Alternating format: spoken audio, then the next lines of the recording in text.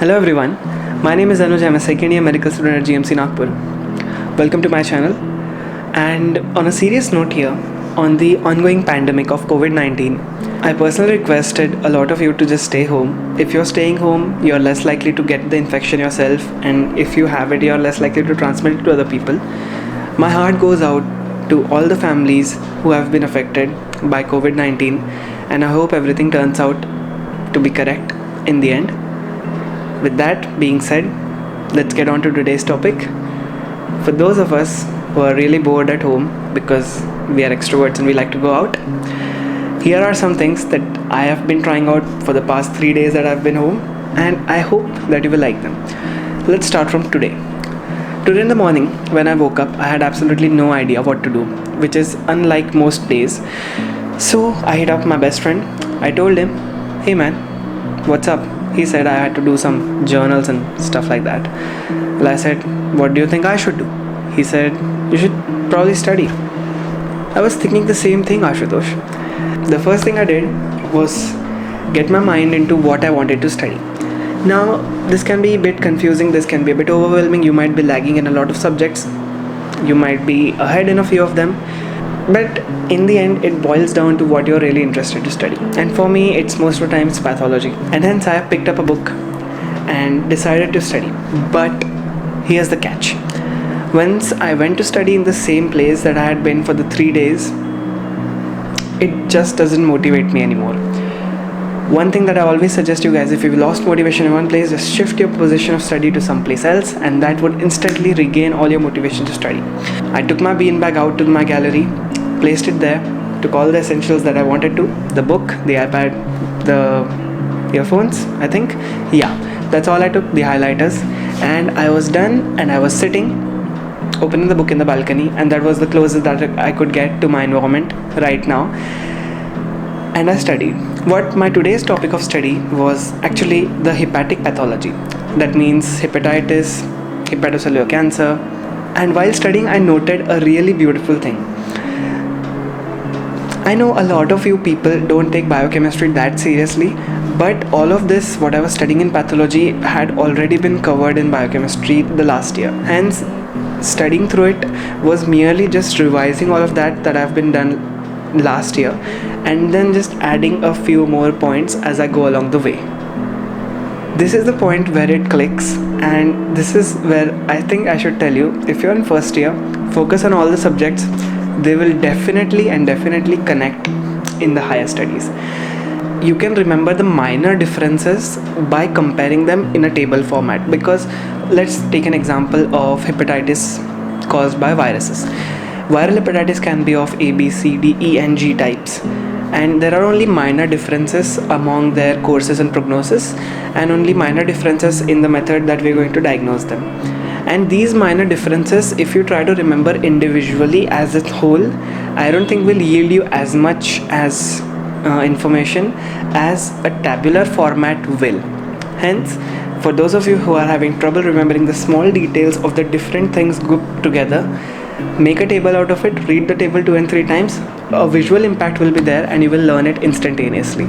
Next, I would like to point out, at this point I had done about 75% of it. I had just given up on the biliary system. I had done the hepatic system. Now I went over and I was like, I'm saturated, and the temperature outside was rising and the winds had stopped.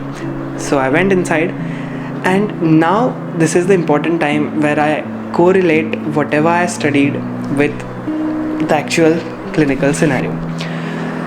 Now, obviously, then you must know how will you diagnose it, what is the feeling, and how will you do a particular procedure. For example, palpation of liver, palpation of spleen, and for that I referred medicine. After that, I have correlated whatever I studied in pathology with physiology, biochemistry and medicine.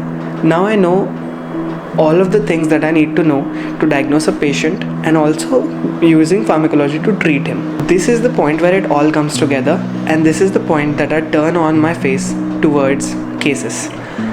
I've been saying this a lot, and I will say it again, that if you want extra level clarity on anything, solving cases is the best way to go. And the book that I used for this was Robbins' Cases and Solutions, and that is the book that I used to solve a lot of cases. Now, what I feel striking about the cases and whatever we study is that not always every single sign and symptom has to be present, and not always will the disease progression go in the same way as we expect it to be. So, we need a sharp observation to correlate with whatever we have learned and whatever we have read to the actual case which is being presented.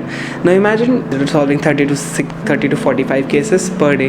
That's equivalent of seeing 30 to 45 cases as yourself, and with the limited history that you are provided with. This is how I usually proceed when I'm studying a topic which is related to medicine. I thought it was enough that I had done so much in one day, and I thought it was time to take a break. Now I'll be like, okay man, this is a vacation. Studying is one part. What is the other things apart from studying that you will suggest?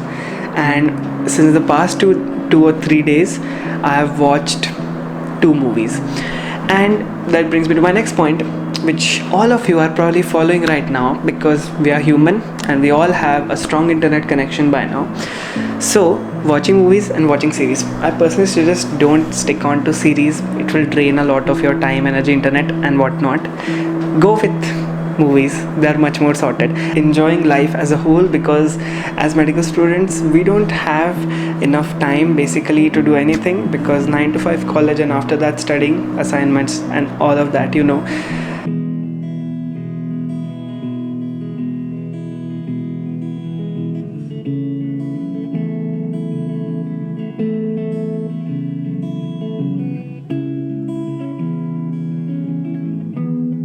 A thing that I've been practicing a lot since I'm getting a lot of time in this week and this month to be exact, is I'm watching a lot of online lectures. When you've done all of that during the daytime, in the night time you're almost on the low energy level, and that is when I do what I called as online lectures and chill. Not Netflix and chill, online lectures and chill. Online lectures can be so useful in the times such as this where you can't go to class, if your classes actually provide you with quality lectures. Before going to sleep, I have watched one lecture which is from one of my online subscriptions. I'm not supposed to name them. Usually what I do is I don't usually make notes per se, but I usually type questions on the basis of the matters that I have read. But since I have a lot of time in my hands, I am going to start taking notes from tomorrow itself. Till today I have been typing a lot of questions on whatever the things that I've read. Also, this is the point where you practice any skill that you've always wanted to try.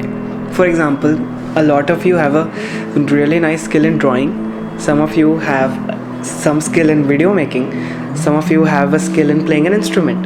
And the reason, because I'm shooting in this location right now, which is actually just my home in the first floor, is because I wanted to post an Instagram IGTV video. So let me show you how it looks like. So there's one light, there's another one, there's a mic, and of course then again there's me, and well, this is you. Practice an instrument, start anything that you want. You might also work out, because a lot of you want to get in shape but don't go to the gym. It's not really a good thing right now. Start a website. Like, you're free to do anything. What I'm also doing in these vacation sort of things is I'm actually planning what I want to do in the next few days, in the next few months, and what kind of videos personally that I will be uploading in the future. And I'm pretty sure all of them will be amazing, so stick around for all of that. To end this video on a positive note, I would like to suggest that don't waste a lot of time. I know you have a lot in your hand, but don't waste it. Utilize it in the right direction, and I'm sure you will proceed and progress in ways that you haven't imagined yet. Keep working hard, keep striving hard, keep studying. Until next time, stay safe, stay healthy, stay happy. See you soon.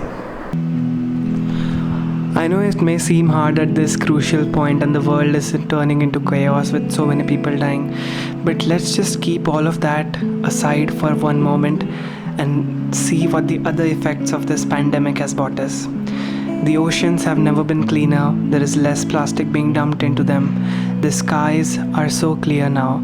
The CO2 emissions have been so low in the past week. There are fishes in the sea There are birds in places where they were never before. I think this may be one of the cleansing things that is happening to our era. But after all of this has tided over, I think it will leave us with a spirit to strive not just as an individual but as a species.